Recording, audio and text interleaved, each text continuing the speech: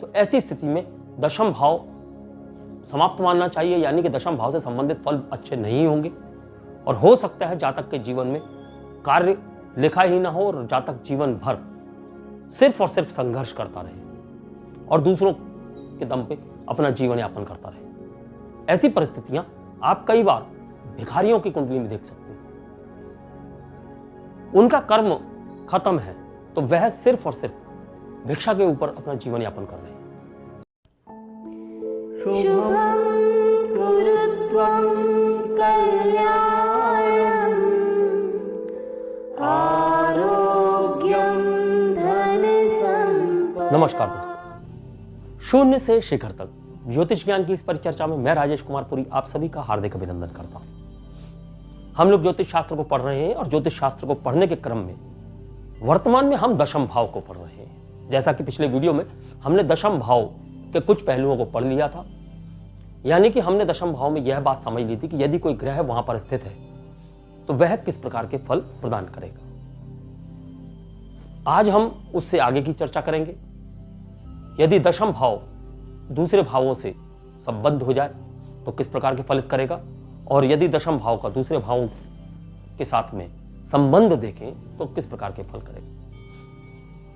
इससे पूर्व कि हम वीडियो को प्रारंभ करें, हमेशा की तरह आपसे अनुरोध करूंगा कि यदि आपको जानकारी पसंद आए तो वीडियो को लाइक करें, चैनल सब्सक्राइब करें और बेल आइकन का बटन दबा दें ताकि आने वाले वीडियोस आपको समय से प्राप्त हो सके। और इससे पूर्व के सभी वीडियोस देखने के लिए आप आई बटन में क्लिक करें और वहां जाकर सारे वीडियोस को देखें। अनुरोध हमेशा की तरह यही रहेगा कि क्रम से देखें। चलिए पाठ प्रारंभ करते हैं। जैसा कि हम पढ़ चुके थे कि राहु केतु तक कि यहां पर यदि राहु केतु स्थित हैं तो किस प्रकार के फल प्राप्त होंगे, तो हमने यहां तक समझ लिया था। साथ ही साथ हमने यह भी समझ लिया था कि यदि जो ग्रह इसके अंदर स्थित है वह 6, 8, 12 के स्वामी है तो किस प्रकार से फलित में अंतर आ सकता है। अब यदि दशम भाव का संबंध अन्य भावों से बनता है तो हम उसको किस प्रकार से समझ सकते हैं। यदि दशम भाव का संबंध लग्न से बनता है तो जातक के जीवन में यह अति उत्तम फलित करने वाला है, यानी दशमेश लग्न में चला जाए या लग्नेश दशम भाव में आ जाए, दोनों ही परिस्थितियों में या इनका परिवर्तन हो जाए या दोनों एक साथ युति बनाकर बैठ जाए तो जातक के जीवन में हम उच्च पदों की बात कर सकते हैं, शासकीय सेवा की बात कर सकते हैं और जातक के जीवन में ये इनके प्रकार सारे सुखों की बात हम कर सकते हैं। क्योंकि यदि कर्म होगा, यदि जातक कार्य करने वाला होगा, कार्य क्षेत्र में उत्कृष्ट होगा तो डेफिनेटली वह सब कुछ पाने वाला होगा। अब लग्न किस ग्रह का है इससे कोई फर्क नहीं पड़ता। यह दशमेश का मित्र है या शत्रु है, इससे भी कोई फर्क नहीं पड़ता। यहां पर हमको सिर्फ इतना समझना है कि लग्न का स्वामी दशम के स्वामी के साथ संबंध बनाता है तो वह उत्तम फल प्रदान करता है। अब यदि दशम भाव का संबंध धन भाव से हो जाए तो जातक के जीवन में कर्म करते हुए धन का आगमन होता रहता है। तो यहां से हम इस प्रकार से भी समझ सकते हैं, यदि इन दोनों का आपस में किसी प्रकार का भी युति, दृष्टि, स्थिति, परिवर्तन, इस प्रकार का कोई भी संबंध बनता हो तो हम जातक के जीवन में धन के आगमन को भी देख सकते हैं, धन संचय को भी देख सकते हैं। यदि हम पराक्रम भाव से इसके संबंध की बात करें तो कहने को यह 6, 8वें का संबंध है, लेकिन पराक्रम भाव का यदि कर्म भाव से संबंध बनता है तो जातक के जीवन में कर्म के क्षेत्र में पराक्रम बहुत अधिक होता है, यानी वह पराक्रमी होता है। यदि तृतीयेश का संबंध दशमेश से बन जाता है किसी भी तरीके से, जैसा कि हमने पहले कहा युति, दृष्टि, परिवर्तन, तो यह भी उत्तम है। जातक कार्य क्षेत्र में उत्तम करने वाला होता है, यानी कि पराक्रम के बल पे अपना कार्य प्राप्त करता है और अपने कार्य में आगे बढ़ता है। यदि सुख भाव से कर्म भाव का संबंध बनता हो तो यहां भी हम, चूंकि केंद्र की बात है, तो केंद्र में हम यदि कर्मेश यहां आ जाता है तो उसकी दृष्टि कर्म भाव पर रहेगी पूर्ण दृष्टि तो रहेगी, सप्तम तो सभी ग्रहों के पास दृष्टि होती है, तो कर्म भाव पूर्ण दृष्टि रहेगी तो कर्म बहुत अच्छा रहेगा। और यदि सुख भाव का स्वामी कर्म भाव में आ जाता है तो बात वही है कि यदि सुख भाव का स्वामी कर्म भाव में आ जाए, यदि वह शनि है तो थोड़ा सा विलंब करेगा कामों में, लेकिन काम अवश्य बनेंगे। पंचम और दशम का संबंध जातक को ज्ञान के क्षेत्र में आगे बढ़ाता है। हो सकता है और कई क्षेत्रों में वह पीछे चला जाता हो, लेकिन ज्ञान के क्षेत्र में आगे बढ़ता है। यानी पंचमेश और दशमेश की युति कुंडली में कहीं भी हो, यह इनके संबंध को माना जाएगा, चाहे वह 6, 8, 12 में ही क्यों ना हो। कुछ भौतिकता की हानि हो सकती है, लेकिन ज्ञान की बातें हम इन 3 घरों से ज्ञान की बातें समझ ही सकते हैं। तो पंचम का और दशम का संबंध जातक को ज्ञान की ओर अग्रसर करता है। ज्ञान के साथ साथ वह उसको एक उच्च स्तर का, आप ज्योतिषी की बात भी कर सकते हैं, एक भविष्यवक्ता की बात कर सकते हैं, एक अच्छे काउंसलर की बात कर सकते हैं। तो हम यहां से इस बात को समझ सकते हैं। अब यदि षष्ठम भाव से दशम भाव का संबंध बनता है तो यहां कुछ समस्याएं हो सकती हैं। जातक संघर्षशील रहेगा, संघर्ष अधिक हो सकती है। देखना होगा कि ग्रह किस प्रकार की, दृष्टियां किस प्रकार की हैं। लेकिन हम दशम, द्वितीय और छठे, जब हम तीनों की बात करते हैं तो हम जातक के जीवन में नौकरी की बात भी करते हैं। हम यहां से जातक के कार्य समय को समझते हैं, नौकरी पे जाने के समय को, नौकरी से वापस आने के समय को यहां से समझते हैं। यहां से हम धन समझते हैं, यहां से हम कर्म समझते हैं, और इन तीनों का संयोग जातक को आजीविका देता है, यानी नौकरी देता है। तो यहां से हम नौकरी की बात भी समझ सकते हैं। लेकिन कुछ दृष्टियों से यह नुकसानदायक हो सकता है, क्योंकि यदि दशम छठे में आ जाएगा तो कहीं ना कहीं थोड़ी बहुत कार्यों में हानि होगी। और यदि छठे भाव का स्वामी दशम में चला जाएगा तब भी छठे भाव की उन्नति हो जाएगी, यानी नौकरी तो उसको मिल जाएगी, लेकिन कहीं ना कहीं काम में उतार चढ़ाव या गिरावट देखी जा सकती है। दशम का सप्तम से संबंध, तो यहां हम यदि जातक के जीवन की बात करें तो जातक के जीवन में वैवाहिक जीवन से संबंधित कुछ समस्याएं आ सकती हैं, लेकिन कार्य क्षेत्र में वह व्यापार के क्षेत्र में आगे बढ़ सकता है, पार्टनरशिप में आगे बढ़ सकता है, यानी एक अच्छा संबंध साझेदारी का बन सकता है। समझना सिर्फ इतना है कि वह जो संबंध है उस संबंध के ऊपर किस प्रकार की दृष्टियां हैं, किस प्रकार की उसके साथ में अन्य ग्रहों की युतियां भी हो सकती हैं, तो उनको भी यहां अलग से समझिए। सिर्फ इन दोनों के संबंध से ही सारी बातें निकाल लेना उचित नहीं होगा कि हमने फलित बहुत अच्छा कर दिया लेकिन जातक के जीवन बहुत उतार चढ़ाव। तो हमको अन्य ग्रहों की दृष्टियां भी देखनी होंगी, उन युतियों पर, उन परिवर्तनों पर दृष्टियां किसकी पड़ रही हैं, तो कहीं ना कहीं नुकसान भी हो सकता है। हम यह सामान्य बात कर रहे हैं, सामान्य युति, दृष्टि और परिवर्तन की बात कर रहे हैं, तो अभी आप उसको उसी लेवल तक समझिए, उससे अधिक, क्योंकि यहां लगभग सभी घरों से संबंध उसका अच्छा बन रहा है, अच्छे फल दे रहा है। तो हम अगर सारे बातों को अच्छा ही कह देंगे तो फिर कुंडली में अन्य ग्रहों का जो योगदान है उसको हम समझ नहीं पाएंगे। युतियां तो अच्छी ही होती हैं क्योंकि दशम भाव उत्तम भाव है। अब यदि दशम भाव का संबंध अष्टम भाव से बनता है तो जातक के जीवन में नौकरी में उतार चढ़ाव देखे जाते हैं, और कई बार ऐसा होता है कि जातक के जीवन में एक नौकरी छूट जाती है तो दूसरी मिलती है, लेकिन मिलती अवश्य है। और यही संबंध यदि और अधिक पीड़ित हो जाए तो जातक के जीवन में नौकरी छूटती है और लंबे समय तक घर बैठना पड़ता है। दशम का नवम से संबंध यदि बनता है तो यह धर्म कर्माधिपति योग बनता है। तो यहां जातक के कर्मों को धर्म की ओर झुकाव देख सकते हैं या धर्म को इसके कर्मों की ओर झुकाव देख सकते हैं। तो जातक धर्म के क्षेत्र में भी कार्य करने वाला हो सकता है, और धर्म के क्षेत्र में कार्य करता है, साथ साथ अपने कार्य करता रहता है, यानी अपनी आजीविका चला रहा है और धर्म के क्षेत्र में भी कार्य करने वाला हो सकता है, या सिर्फ धर्म के क्षेत्र में ही कार्य करने वाला हो सकता है कि वहां कार्य करके ही अपनी आजीविका निर्वहन करता हो। हम एक ही बात को कई तरीके से समझ सकते हैं। ज्योतिष का यह बहुत अच्छा पहलू है कि हम एक ही बात को कई तरीके से समझते हैं।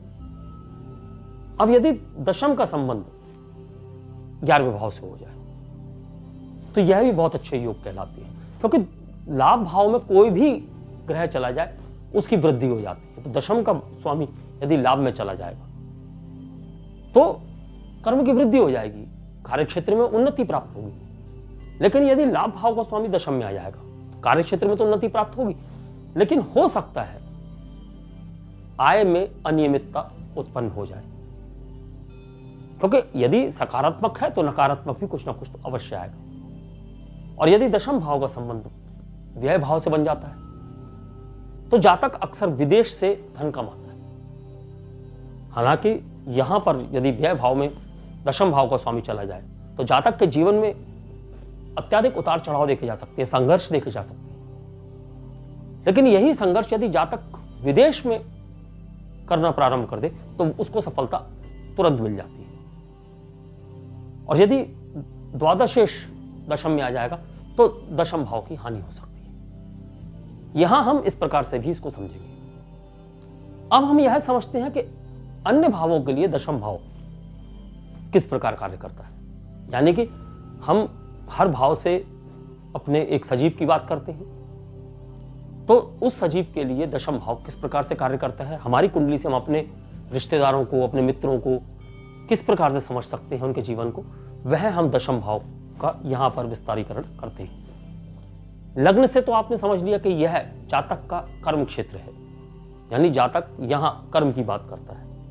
यदि हम द्वितीय भाव से करें तो द्वितीय का यह नवम भाव है, तो कुटुंब का धर्म भाव, भाग्य भाव, तो कुटुंब का भाग्य आपके अंदर, आपके कर्म के अंदर छुपा हुआ है। तो यह बात यहां समझनी आवश्यक है कि कुटुंब का यह धर्म भाव है, तो कुटुंब के धर्म को समझ सकते हैं, कुटुंब के संस्कारों को समझ सकते हैं। यदि हम पराक्रम की बात करें तो यहां से हम भाई बहन देखते हैं। हम छोटे भाई बहनों की बात करते हैं और छोटे भाई बहनों का यह अष्टम भाव है, तो छोटे भाई बहनों से संबंधित जो परेशानियां हैं हम उनको यहां समझ सकते हैं। उनके जीवन में जो बड़े रोग हैं उनको यहां से समझ सकते हैं। तत्पश्चात चतुर्थ भाव, चतुर्थ भाव से हम माता देखते हैं, तो चतुर्थ भाव का यह सप्तम भाव है, तो यहां से हम माता के सुखों की बात कर सकते हैं, यानी भोग की बात कर सकते हैं। माता के जीवन में भोग किस प्रकार के होंगे, माता के पार्टनर, यदि माता किसी प्रकार के बिजनेस में हो सकती है, या अगर सामान्य जीवन में हाउसवाइफ ही है तो उनके पार्टनर उनके पति हुए, तो यहां से उनके पति यानी आपके पिता की बात भी हो सकती है। तत्पश्चात पंचम भाव की बात करते हैं। पंचम भाव का यह षष्ठम भाव है, तो यहां से हम संतान की बात करते हैं और यहां से संतान के छोटे रोगों की बात कर सकते हैं। जो छोटे मोटे रोग होते हैं, ऋण होते हैं संतान के ऊपर, या उनके जो शत्रु हैं, हम उनकी बात भी यहां से समझ सकते हैं। हम छोटे रोगों की बात करेंगे यहां से।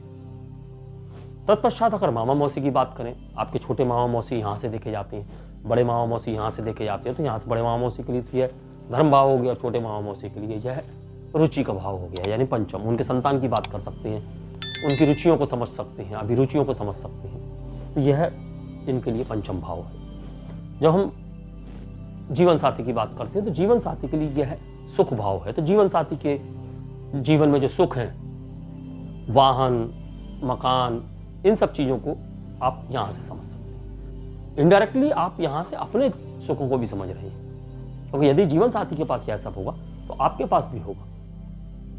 तो जीवन साथी के यहां से आप सुखों को समझ सकते हैं। और अष्टम भाव से हम किसी प्रकार के सजीव की बात नहीं करते हैं, इसलिए अष्टम भाव का और इसका संबंध, जैसा कि हम बात कर चुके हैं कि इनके संबंध तो अच्छे नहीं कहे जाएंगे। तत्पश्चात हम आते हैं नवम भाव में, तो नवम भाव से हम पिता की बात करते हैं, तो यह पिता का धन स्थान है। तो पिता के द्वारा जो धन संचय किया गया है, स्वार्जित धन जो है, वह हम यहां से देखते हैं। हमारे उत्तर भारत की जो पद्धति है उसमें हम पिता को यहां से भी देखते हैं, लेकिन अधिकतर कुंडलियों में हमने पिता को जब यहां से समझा तो हमें ज्यादा सटीक अनुभव प्राप्त हुए। और कई ज्योतिष शास्त्रियों का ऐसा मत है, उनके मतों को भी देखते हुए हमने भी जब यहीं से समझा तो हमको भी बहुत अच्छे अनुभव प्राप्त हुए। इसलिए हम पिता को नवम भाव से ही समझते हैं, तो यह पिता का धन है। और यदि हम 11वें भाव की बात करें तो 11वां भाव हमारे बड़े भाई बहनों का होता है, तो बड़े भाई बहनों का यह व्यय भाव है, तो यहां से हम उनकी हानि को समझ सकते हैं, उनके स्वास्थ्य की हानि को समझ सकते हैं। उनकी जो आरोग्यता है उसमें किस प्रकार की समस्याएं आ सकती हैं वह समझ सकती हैं। तो यह लाभ भाव के लिए यानी कि आपके बड़े भाई बहनों के घर के लिए हो गया। और कुल मिला के जब हम इस भाव का विवेचन करते हैं तो कुछ विशेष बातें बहुत आवश्यक है समझनी। कि पहली बात तो दशम भाव का स्वामी यदि अच्छे घरों में बैठा हुआ है तो वह बली कहलाएगा, और बली होने के कारण वह अच्छे फल प्रदान करेगा। और यदि दशम भाव का स्वामी, जैसा कि हम 6, 8, 12 की बात करते हैं, कहीं कहीं अच्छे फल प्रदान करता है, लेकिन यदि वह 8वें और 12वें में है या 8वें 12वें से संबंध बनाता है तो उसका स्वयं का बल कम हो जाता है, तो कार्य क्षेत्र में हानि की बात भी होती है। हाँ, कार्य क्षेत्र में कार्य तो होते रहेंगे। दशम भाव का खाली रहना भी जातक के जीवन में अच्छा नहीं माना जाता। कोई ना कोई ग्रह यदि दशम भाव में है तो जातक के जीवन में कर्म का कोई ना कोई रास्ता खुला रहता है। लेकिन यदि दशम भाव सुप्त अवस्था में, यानी कि इसमें कोई भी ग्रह नहीं है, किसी भी ग्रह की यदि दृष्टि भी नहीं पड़ रही हो, दशम भाव का स्वामी स्वयं कहीं पीड़ित हो गया हो, तो ऐसी स्थिति में दशम भाव समाप्त मानना चाहिए, यानी कि दशम भाव से संबंधित फल अच्छे नहीं होंगे। और हो सकता है जातक के जीवन में कार्य लिखा ही ना हो और जातक जीवन भर सिर्फ और सिर्फ संघर्ष करता रहे और दूसरों के दम पे अपना जीवन यापन करता रहे। ऐसी परिस्थितियां आप कई बार भिखारियों की कुंडली में देख सकते हैं। उनका कर्म खत्म है तो वह सिर्फ और सिर्फ भिक्षा के ऊपर अपना जीवन यापन कर रहे हैं। ऐसी कई कुंडलियां हैं और ऐसे कई जातक हैं कि जिनके जीवन में कार्य तो है लेकिन बहुत अच्छे स्तर का नहीं है, तो वह भी दशम भाव के सुप्त होने की अवस्था में ही ऐसा देखा जाता है। तो दशम भाव का जातक के जीवन में बहुत अधिक महत्व है। इस बात को समझना बहुत अधिक आवश्यक है। इसलिए हर भाव को उसकी दृष्टि से देखा जाए। यह जरूरी नहीं है कि सभी के जीवन में उच्च पद लिखा हो। यदि सभी के जीवन में उच्च पद लिखा होगा तो नीचे कार्य करने वाले, अधीन में कार्य करने वाले लोग ही नहीं बचेंगे। इसलिए ईश्वर ने जो रचना की है वह कुछ इस प्रकार से की है कि हर व्यक्ति को एक कार्य सौंपा गया है। आप किस प्रकार का कार्य करते हैं वह बिल्कुल मैटर नहीं करता, सिर्फ मैटर इस बात को करता है कि आप कार्य करते हैं। यही दशम भाव व्यक्ति के जीवन में अच्छे फल भी दिखाता है और व्यक्ति के जीवन में आपराधिकता भी दिखाता है। जैसे हमने यहां मंगल की बात की, यदि मंगल पीड़ित हो, यह मैं वहां बताना भूल गया था, यदि मंगल पीड़ित हो, मंगल के ऊपर अच्छी दृष्टियां ना हो, तो कई बार जातक मारपीट के क्षेत्र में कार्य करने वाला होता है। यानी उसको मारपीट पसंद होती है, वह हर बात में लड़ने मरने को तैयार रहता है, तो ऐसे जातक आपराधिक प्रवृत्ति की ओर भी अग्रसर हो सकते हैं।